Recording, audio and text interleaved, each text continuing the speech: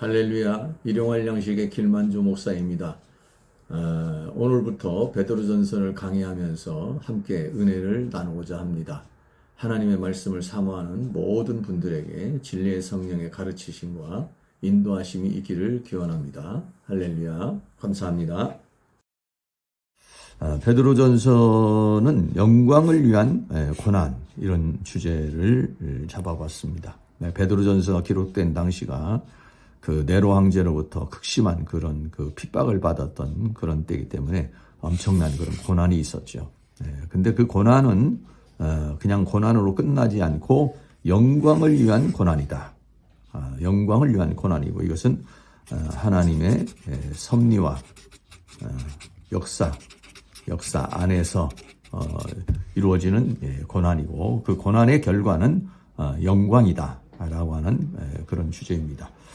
그래서 첫 번째 1장에서는 이제 시련과 영광에 대해서 역시 같은 그 시련, 시련이라고도 하고, 여기서는 시험 또는 핍박, 또 환란, 이런 내용들을 가르쳐서 이제 시련이다, 이렇게 하면 돼요.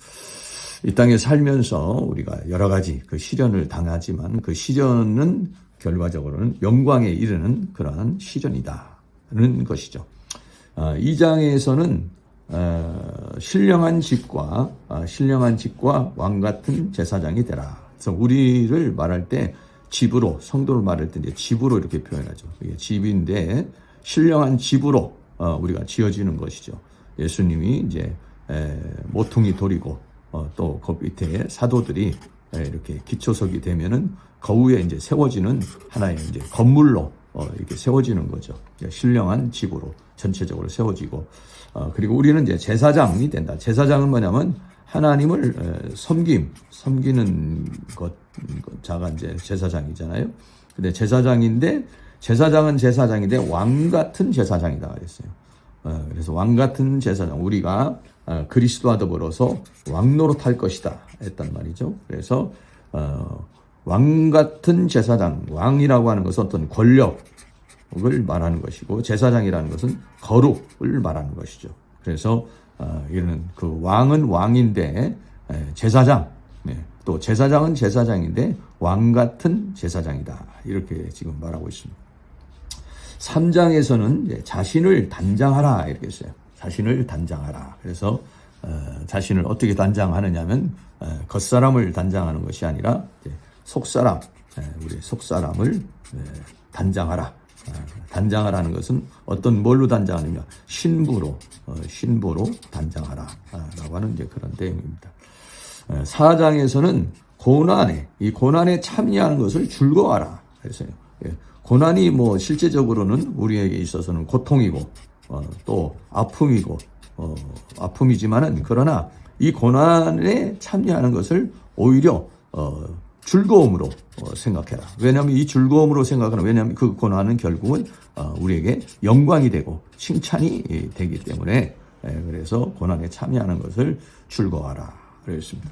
5장에서는 이제 마귀를 대적하라 그랬어요.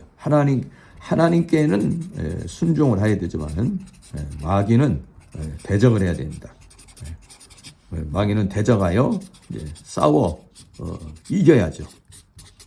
이겨야 합니다. 그래서 이렇게 베드로전서 이제 전체가 1장, 2장, 3장, 4장까지, 4장, 5장까지 있는데, 1장은 시련과 영광, 두 번째 장에서는 신령한 집과 왕 같은 제사장, 3장에서는 자신을 단장하라, 4장에서는 고난에 참여하는 것으로 즐거워하라, 5장에서는 마귀를 대적하라 라고 하는 그런 내용입니다. 이걸 조금 더 세분해서 보면은 1장에서 시련과 영광인데, 흩어진 나그네, 이 자는 이제 수신자입니다. 수신자들. 그래서 당시에 그 예루살렘의 핍박을 피해서 흩어진 그런 그 나그네들이 바로 이제 수신자들이죠. 그래서 여러 가지 그 고난 속에서 있는 자들에게 베드로가 위로도 하고 권면도 하는 그런 내용입니다. 하나님께서는 썩지 않고 더럽지 않고 쇠하지 않는 나라를 기업으로 우리에게 주신다. 그게 이제 하나님 나라, 천국을 가리켜서 말하고 있는 것이죠. 그리고 세 번째는 내가 거룩하니 너희도 거룩하라. 거룩하다고 하는 것, 거룩이라고 하는 것은 이제 뭐냐면 구별되는 삶을 사는 것을 말하는 것이죠. 2장에서 신령한 집과 왕 같은 제사장이 되라. 그랬어요. 같은 내용으로 1절에서 10절까지 왕 같은 제사장에 대한, 그리고 성도의 삶, 성도는 어떤 그런 삶을 살아야 되는 것인가에 대한 것이 2장에 기록이 되어 있습니다. 3장에서는 자신을 단장하라 그랬어요. 그것을 뭐라고 하냐면 마음에 숨은 사람이라고 이렇게 말했어요. 마음에 숨은 사람은 속 사람을 가리켜서 말하는 것이죠. 그래서 우리는 이제 그 마음에 숨은 사람, 이 속 사람, 이 속 사람은 뭐냐면 거듭난 생명을 가리켜서 말하는 것이죠. 이거를 어떻게 했느냐? 단장하라. 뭘로 단장하라 했어요? 신부로 단장하라 하는 것입니다. 그리고 이제 형제를 사랑하라. 우리들의 형제를 사랑하는 사람. 세 번째는 선을 행함으로 고난을 받으라 했어요. 선을 행하면, 우리가 생각할 때 선을 행하면 칭찬이 있어야 되는데, 그러나 이제 이 세상은 악이 장악을 하고 있기 때문에 선을 행하게 되면은 고난을 받게 되죠. 그러나 그 고난을 이제 영광으로 이어지는 고난이기 때문에 선을 행함으로 고난을 받으라 그랬어요. 4장에서 고난에 참여하는 것을 즐거워하라 그랬어요. 우리가 지금 여러 가지 그런 핍박 또는 복음을 증거하기 위해서 당하는 고통, 또 믿음 생활을 하는 데 있어서의 당하는 어려움, 이런 것들을 어떻게 하냐, 낙심하고 절망하지 말고, 또는 불평하지 말고, 또 두려워하지 말고 오히려 즐거워하라 라고 하는 것이죠. 그래서 같은 마음으로 무장하라. 마음을 단단히 이렇게 말씀으로 무장하고 성령으로 무장하고, 에베소 6장에 말한 같이 전신갑주를 입는, 그래서 자기를 완전히 무장해야, 그래야 이제 세상과 악과 싸워 이길 수가 있죠. 만물의 끝이 가까이 왔다라고 그랬습니다. 만물의 끝이라고 하는 것은 예수님의 이제 재림을 가리켜서 말하고 있는 것이죠. 당시에 이 네로는 적그리스도를 상징하고 있어요. 그래서 그때 당시에 계시록에서 말하고 있는 이 대환란의 그러한 시대, 그러한 상황, 이것이 예표로서 네로 황제의 그런 핍박 같은 것들이 그 마지막 시대의 그러한 재림의 예표죠. 그러니까 그때 당시에 베드로가 보았었을 때 그 당시는 굉장히 그 주님의 재림이 긴박한 그런 상황으로 보게 된 것이죠. 그래서 만물의 끝이 가까이 왔다. 그래서 우리는 그리스도의 고난에 참여하라라고 말했습니다. 5번째는 마귀를 대적하라 그랬어요. 먼저는 양무리의 본이 되라. 다른 사람에게 본이 돼서 따라올 수 있는.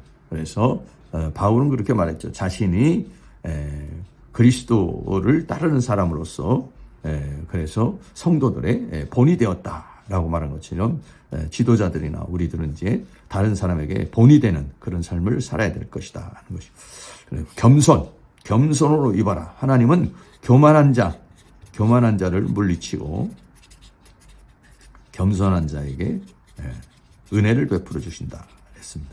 그렇기 때문에 겸손하라 그랬어요. 근신하라, 깨어라. 시대가 만물의 마지막에 아주 강력한 그 어둠의 사탄의 공격하는 그런 시기이기 때문에 근신하여 깨어 있어야만이 대적하여 싸워 이길 수가 있게 되는 것입니다. 그래서 근신하고 깨어라 이렇게 말했습니다. 마지막에는 이제 문안과 축복으로 이렇게 맞춰지게 되는 그런 내용입니다. 그래서 아까도 본 것처럼 베드로전서는 이런 시련과 영광 1장에서, 2장에서 신령한 집과 왕 같은 제사장, 3장에서 자신을 단장하라, 4장에서 고난에 참여하는 것을 즐거워하라, 5장에서 마귀를 대적하라, 이런 내용으로 되어져 있습니다. 베드로전서가 이제 기록된 그 연대는 베드로가 로마에 도착한 AD 64년경인데 베드로전서가 AD 64년경에 기록이 되고 베드로 홀서는 1, 2년 후에 64년경에 이제 그 기록된 것으로 보죠. 그리고 그 베드로의 순교는 65년에서 68년, 그러니까 베드로 전후서를 쓰고 얼마 가지 않아서 이제 그 순교한 것으로 이렇게 보여집니다. 이 시대적인 배경은 아까도 말씀드렸지만 네로 황제가 기독교인들을 박해하던 때죠.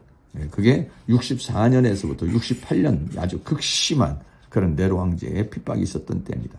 이때의 그 계기가 된 게 64년도에 7월 18일에 로마에 화재가 일어났는데 이 화재를 기독교인들이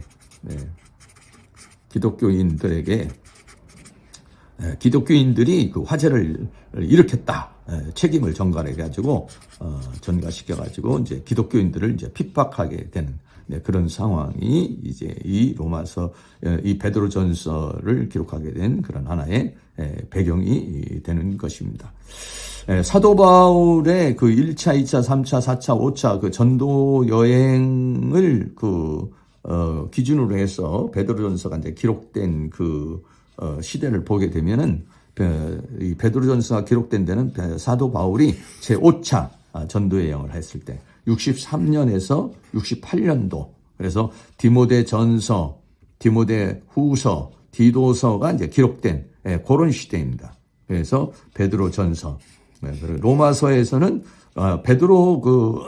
베드로가 이제 쓴 서신에서는 디모데전후서 그러니까 디모데전후서가 이제 베드로가 마지막 그 로마의 감옥에 있을 때 이제 보낸 서신이지 않습니까? 이제 그때의 베드로전후서가 이제 같이 쓰여진 그런 시대적인 배경으로 이렇게 보여지는 것이죠.